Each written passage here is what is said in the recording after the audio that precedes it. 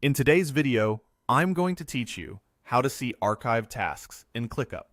Easy guide. If you've ever filed something away and then needed to reference it later, this walkthrough will make that quick and stress-free. We'll move smoothly from your main workspace to a clean list of archived tasks, and then into the full details of any item you want to review. Start by logging into your ClickUp workspace in your web browser. Give the dashboard a moment to load so all of your spaces and projects are available. From here, head to the overview of your team space. This view is a dependable starting point because it centralizes what's happening across your work and gives you easy access to search. Now, locate the search bar at the top of the page. Click into it to open the search panel. You'll see options that let you refine what you're looking for, which is essential when you want to separate archived items from everything else. Think of this as your control center for narrowing results. Next, it's time to filter your tasks. In the search panel, expand the filtering options. If you see a section for additional filters or a More area, open that to reveal the full set of choices. You're looking specifically for the archived option.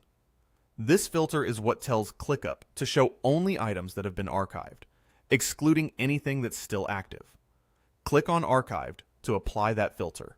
If you see multiple ways to confirm it, go ahead and click Archived again, so it's clearly turned on. The search results will update to display only archived tasks and related items.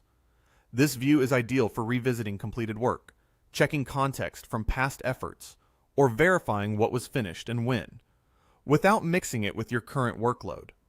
You now have a complete view of all your archived tasks. Scan the list to find what you need. When you're ready to inspect something more closely, click the task to open its full detail view.